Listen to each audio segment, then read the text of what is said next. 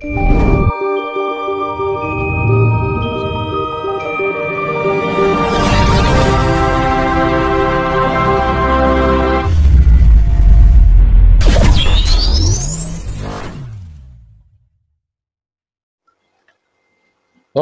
suci. Laku adalah gerak-gerik yang dikehendaki oleh hidup, atau kelakuan yang dikehendaki oleh hidup. Suci secara sederhana berarti masuk Tuhan. Laku suci berarti kelakuan sebagai Tuhan, atau gerak-gerik sebagai Tuhan, atau perbuatan sebagai Tuhan. Karena itu, di dalam laku suci, apapun itu harus tersempurnakan kanthi teguh rahayu slamet. Karena apa? Karena perbuatannya Tuhan itu sendiri.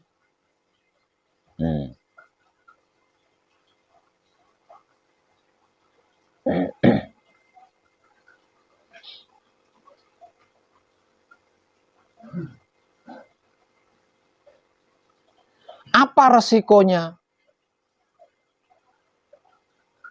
kalau laku suci tidak tepat?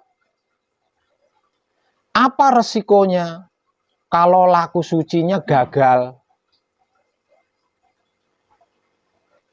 Kalau laku suci kita gagal, laku suci kita tidak tepat, ada dua resiko. Satu, resikonya kita akan masuk lagi ke dunia karma. Gitu loh. Kita akan masuk lagi ke dunia karma. Kita akan masuk lagi ke dimensi karma. Maka saat ini adalah era kedaulatan Romo, yang berarti hukum alam akan berlaku di zaman ini, di zaman sekarang ini. Itu hukum alam yang berlaku. Hukum adat, hukum agama, hukum negara itu sudah nggak digubris. Sudah nggak berlaku lagi. Lihat saja, di mana-mana semua hukum dilanggar. Itu sebagai tanda kalau semua hukum itu sudah tidak terpakai. Karena sudah bukan zamannya. Lah ini zamannya adalah zaman kedaulatan Romo. Di zaman kedaulatan Romo ini hukum alam yang berlaku. Suka ndak suka, hukum alam akan berbuat. Nah, hukum alam ini secara spiritual disebut sebagai karma. Kenapa di era kedaulatan Romo kok hukum alam yang akan berlaku? Kok karma yang akan berlaku? Karena di era kedaulatan Romo, jika ada pemimpin, maka pemimpin itu akan disebut Ratu Adil. Panjenengan tahu apa itu Ratu Adil? Tidak ada. Tidak ada satupun manusia hidup di dunia ini yang adil, itu nggak ada. Yang bisa adil itu nggak ada. Kecuali karma. Nah, selain karma nggak ada yang bisa adil.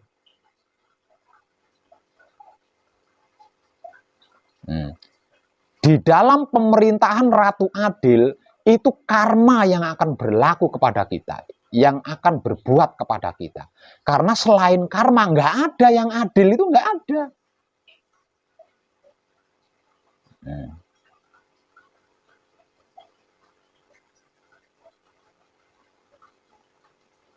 Lah kalau kita sampai laku suci tidak tepat, apalagi kok gagal, lah resiko pertama kita adalah kita akan masuk lagi ke dunia karma, ke dimensi karma, ke dalam hukum sebab akibat. Kalau panjenengan nyubit orang, akan dicubit orang lagi. Itu hukum itu.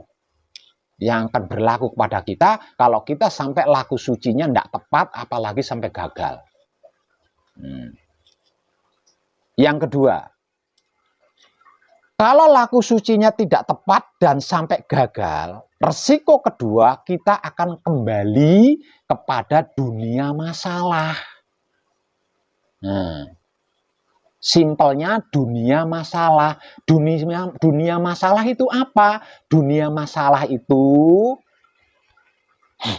kredit, utang, miskin, sakit, mati, stres.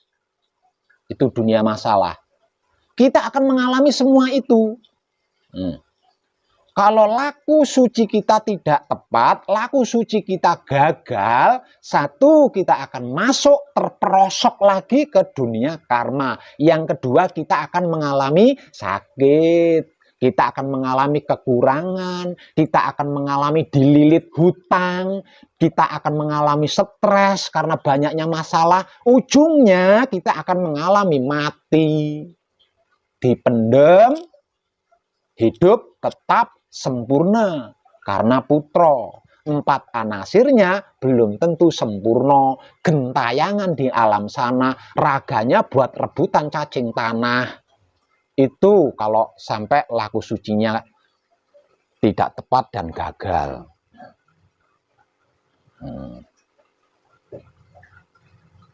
Namun kalau laku sucinya tepat dan berhasil, dalam artian itu bisa dipertahankan, hasil manekung, hasil ngebleng ini dipertahankan gitu loh. Enggak ternoda, enggak kemomoran. Kita tidak akan mengalami semua yang sudah saya sebutkan tadi. Karena apa? Karena gerak-gerik kita adalah gerak-gerik Tuhan. Apa yang kita pikirkan adalah pikiran Tuhan. Apa yang kita batin adalah batinnya Tuhan. Tuh. Jadi tidak akan mengalami semua yang sudah saya sebutkan tadi. Diam ketika bersamadhi setelah melakukan patrap, itu salah satu-satunya terbaik di dalam laku suci. Di luar patrap samadhi, menikmati rasanya kelakuan diri sendiri, menggunakan kesadaran cinta kasih sayang hidup, itu adalah yang kedua di dalam laku suci yang terbaik.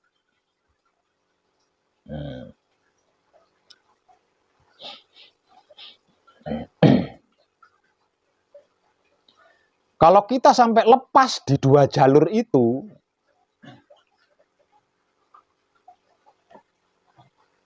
kita akan tersandung karma. Nah, kalau jiwa raga kita bisa disentuh oleh karma lagi, ini sudah menjadi rawan.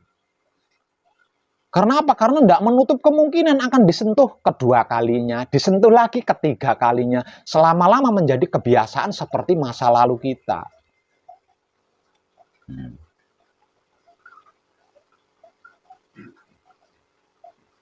Kalau hukum agama, hukum negara, hukum adat, selagi panjenengan punya duit, panjenengan bisa membeli. Hukum itu bisa panjenengan beli selagi panjenengan punya uang.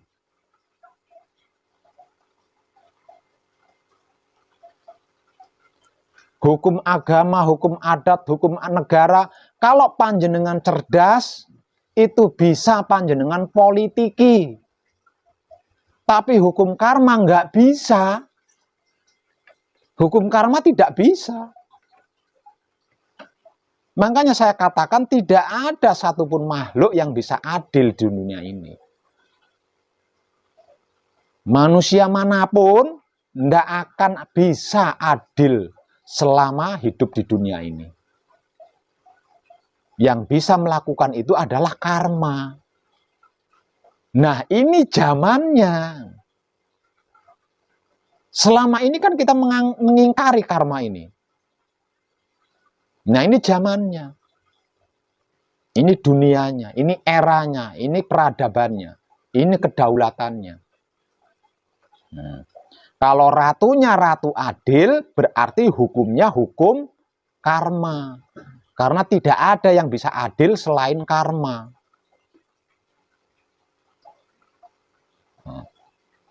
Maka sebab karena itu, apapun itu cukup diam ketika bersamadi. Setelah melakukan patrap, diproses atau tidak diproses, cukup diam ketika bersamadi setelah melakukan patrap. Di luar patrap samadi, apapun itu cukup nikmati rasanya menggunakan kesadaran cinta kasih sayang hidup. Selebihnya biar karma yang beraksi. Kita tidak perlu ikut campur.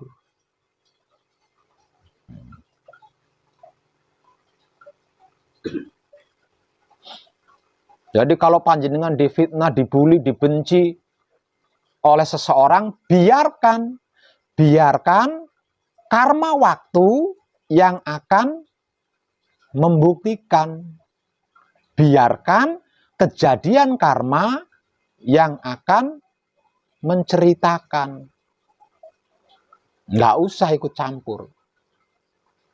Cukup nikmati rasanya kelakuan diri menggunakan kesadaran cinta kasih sayang hidup. Kalau tidak, kitanya juga ikut tersandung karma jika tidak.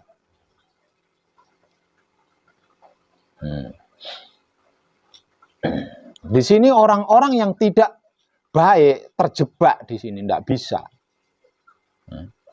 Di era kedaulatan Romo, orang-orang yang tidak baik terjebak di sini. Betapapun dia mengingkari, tetap terjebak. Karena apa? Karena apapun perbuatan yang dia perbuat, dia akan diperbuat seperti itu juga oleh orang lain. Betapapun dia bisa mempolitiki hukum, betapapun dia bisa membeli hukum, karma tetap akan berlaku baginya sesuai perbuatannya. Nggak bisa mengelak.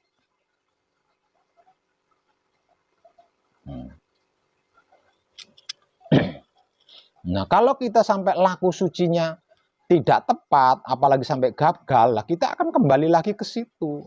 Nah, selama ini yang menjadikan kita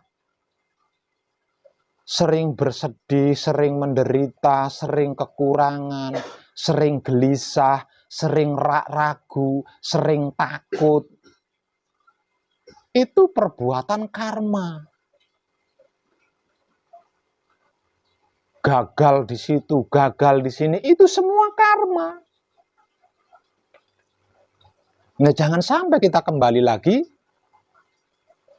ke dalam karma setelah selesai manekung atau gembleng nantinya. Eman-eman. Karena gembleng atau manekung hanya dapat dilakukan sekali dalam seumur hidup. Tidak bisa 2 kali, apalagi sampai 3 kali, tidak bisa. Jadi kalau sampai tidak tepat, kemungkinan gagal menjadi besar. Nah, kalau sudah mengalami tidak tepat 1 kali saja, kedepannya itu rawan sudah. Rawan tidak tepat lagi.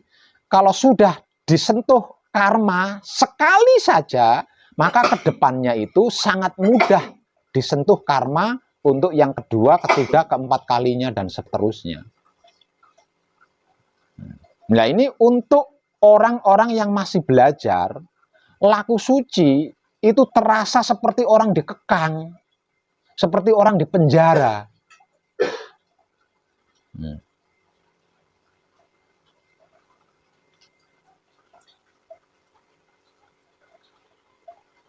Makanya orang-orang terdahulu mengeluarkan filosofi bagi orang-orang yang ahli surga, dunia itu penjara. Seperti penjara. Maksudnya bagi orang-orang suci, dunia ini penjara. Jadi seperti orang dikekang gitu loh, seperti orang diborgol. Kalau laku sucinya belajar gitu loh.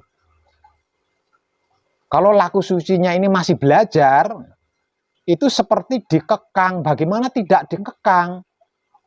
difitnah orang, ndak bisa membalas fitnah lagi. Ditipu orang, ndak bisa balas nipu lagi. Dicubit orang, ndak bisa balas nyubit lagi. Apa nggak seperti dikekang itu? Apa-apa nggak bebas.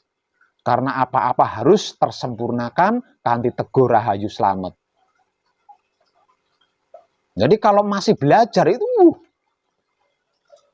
rumit, sulit, berat sekali itu. Makanya sebelum laku suci, panjenengan manekung atau gembleng, artinya panjenengan mempelajari, melatih diri gitu loh. Melatih diri. Sebenarnya tanpa manekung, tanpa gembleng, saya bisa langsung menemani panjenengan manunggal jati, itu saya bisa. Lalu saya punya mujizat di situ. Tapi kenapa kok harus pakai manekung dulu sebelum itu? Harus pakai gembleng dulu sebelum itu? Agar supaya nantinya setelah manunggal jati, di saat panjenengan laku suci itu panjenengan ahli di situ. Nggak belajar lagi gitu loh. Sudah ahli. Nah kalau laku sucinya nggak belajar karena sudah ahli, ya nggak ada masalah, nggak ada hambatan. Gampang, wajar, dan semuanya enak.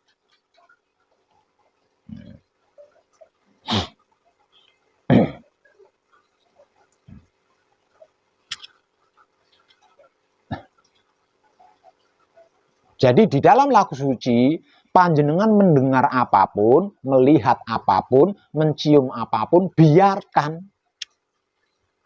Biar karma yang melakukan gitu loh. Panjenengan nggak usah repot-repot mengotori mulut, mengotori otak, mengotori mata, mengotori hidung, mengotori telinga, nggak perlu. Karena manekung atau gembleng hanya dapat dilakukan satu kali dalam seumur hidup. Jadi tidak perlu melakukan semua itu. Biarkan karma yang melakukan. Kamu seperti ini, seperti ini, seperti ini. Tidak percaya saya kalau kamu itu seperti itu, seperti itu, seperti itu. Terima kasih. Biarkan saja. Nanti kan karma akan menceritakan. Nanti kan karma akan memberi bukti. Kepada yang tidak percaya kepada panjenengan. Kalau ada yang meragukan panjenengan, cukup terima kasih. Tidak perlu di itu ini. Biarkan karma yang memberikan bukti kepada orang yang meragukan panjenengan. Tentang apapun. Cukup nikmati rasanya kelakuan diri menggunakan kesadaran cinta kasih sayang hidup. Selebihnya biar karma yang beraksi. Karena ini eranya, karena ini zamannya. Jadi kita nggak capek. Tidak capek menghakimi, tidak capek mengadili, tidak capek mencari-cari kesalahan orang lain. Karena apa? Karena karma yang akan melakukan. Bukan kita, juga bukan Tuhan. Tapi karma yang akan melakukan. Hukum sebab akibat, hukum alam semesta yang akan melakukan. Nah dengan itu, jangan mentang-mentang kitanya. Kitanya juga perlu hati-hati. Karena apa? Karena jika tidak hati-hati, kita juga akan masuk ke dalam karma. Artinya mengalami hal yang sama.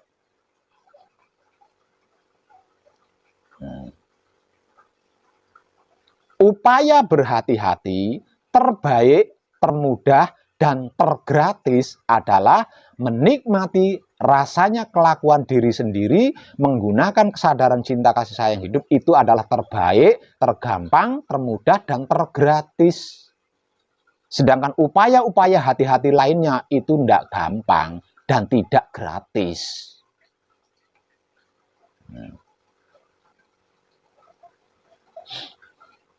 Jadi baik-baik panjenengan.